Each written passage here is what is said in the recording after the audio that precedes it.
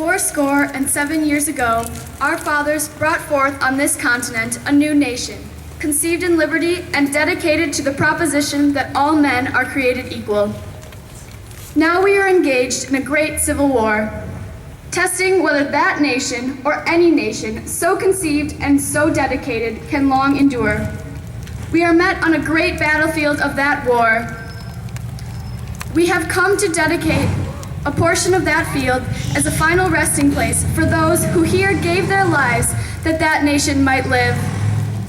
It is altogether fitting and proper that we should do this. But in a larger sense, we cannot dedicate, we cannot consecrate, we cannot hallow this ground. The brave men, living and dead, who struggled here, have consecrated it, far above our poor power to add or detract. The world will little note nor long remember what we say here, but it can never forget what they did here.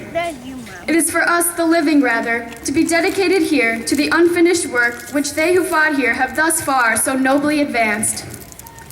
It is rather for us to be here dedicated to the great task remaining before us, that from these honored dead we take increased devotion to that cause for which they gave the last full measure of devotion.